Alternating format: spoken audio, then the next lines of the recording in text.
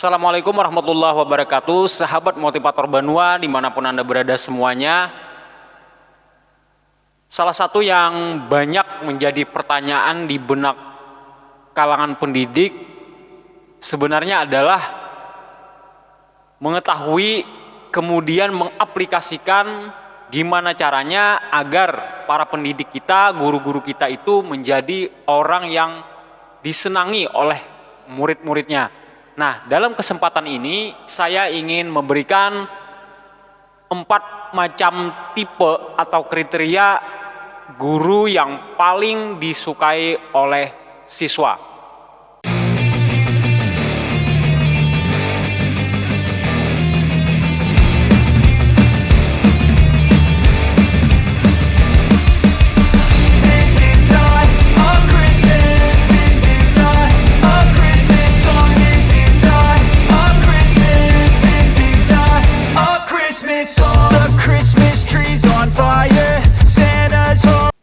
Sahabat Banua semuanya, penting untuk kita mengetahui tipe-tipe guru yang disukai oleh siswa. Kenapa? Karena kita menginginkan pelajaran yang masuk ke otak anak didik kita itu adalah pelajaran yang memang berdasarkan kesukaan mereka.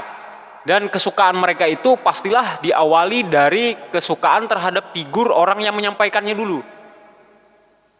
Jadi kita tidak ingin anak-anak kita itu diberikan pelajaran karena mereka harus, karena mereka terpaksa, karena mereka harus ikut dengan disiplin aturan tertentu, kalau tidak mereka akan mendapatkan hukuman. Tidak seperti itu. Kita ingin mereka ikhlas, tulus, gembira, dan benar-benar mendapatkan ilmu pengetahuan itu membekas di dalam diri mereka sehingga mereka mengaplikasikannya dengan baik dalam kehidupan dan akan terkenang sepanjang hayat dengan orang yang menyampaikan tersebut. Nah, berdasarkan iseng-iseng survei yang pernah saya lakukan terhadap sejumlah siswa, kemudian saya juga membaca-baca ada beberapa jurnal, kemudian ada update tertentu dari sebuah majalah pendidikan, itu ada banyak sebenarnya kriteria guru yang disukai. 4 kategori atau 4 tipe guru yang disukai tersebut. Nah, yang paling pertama, paling banyak ini dicari oleh siswa, paling mereka inginkan itu adalah memiliki guru yang ramah. Ramah ini kalau versi anak itu ya tentunya dalam artian dia dekat dengan siswa, kemudian mungkin mengetahui beberapa hal pribadi siswa tersebut secara interaksi sehari-hari, kemudian dia tidak pernah atau jarang terlihat marah, karena biasanya kemarahan di wajah tertentu itu akan membekas di dalam diri siswa dan itu biasanya akan menimbulkan tidak simpatiknya siswa terhadap guru tersebut kalau ada tampang-tampang killer. Nah, tampang yang ramah, wajah yang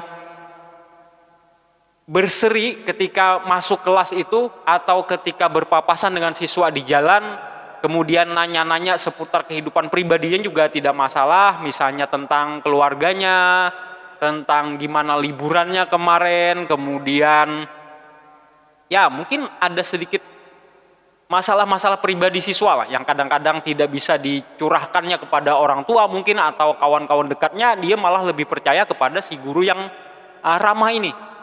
Nah, itulah tipe yang biasanya paling melekat di otak siswa.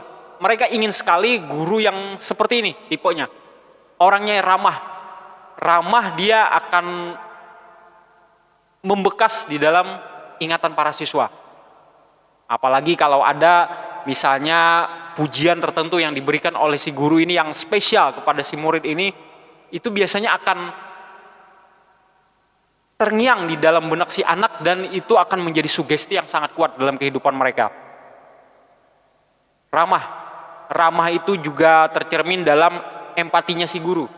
Empati terhadap mungkin dia ada punya permasalahan keluarga, dia mungkin ada permasalahan dengan temannya, dia punya permasalahan dengan komunitasnya, si murid bisa curhat kepada guru tersebut atau guru memberikan semacam support kepada murid-muridnya secara umum di depan kelas biasanya. Tidak harus secara pribadi. Nah, ini tipe yang pertama. Kemudian tipe yang kedua adalah siswa karena mereka itu sangat dinamis, mereka usianya masih muda, mereka ceria dan sebagainya. Mereka suka sekali dengan guru yang humoris. Nah, apalagi guru humorisnya ini pandai mengkombinasikan humornya itu dengan pelajarannya. Mungkin ketika dia ngajar matematika yang semestinya secara umum itu sulit, kemudian tidak disukai oleh siswa, dia bisa mengemasnya menjadi sesuatu yang lucu, kadang-kadang tertawa bersama gitu. Ada dibarengi dengan cerita kehidupan sehari-hari misalnya yang dipadukan dengan humor. Ya namanya juga humoris kan, biasanya kalau orang humoris itu apa aja bisa dijadikan lelucon. Sehingga siswa dia ketika datang sekolah itu dia merasa bahagia, gembira, dan ya sesuai tabiatnya para siswa yang usianya masih sangat muda, mereka akan having fun dengan cerita-cerita si guru ini yang lucu ini. Nah, itu yang kedua. Kalaupun misalnya Anda tidak bisa menjadi seorang pelawak atau misalnya menjadi seorang guru yang sangat humoris, namun paling tidak sekali-sekali selipkanlah di dalam pelajaran Anda itu cerita-cerita lucu tentang Kabayan, tentang kancil dan buaya misalnya. Ketika mungkin kalau di anak SD itu ya, seperti itu bisa diterapkan.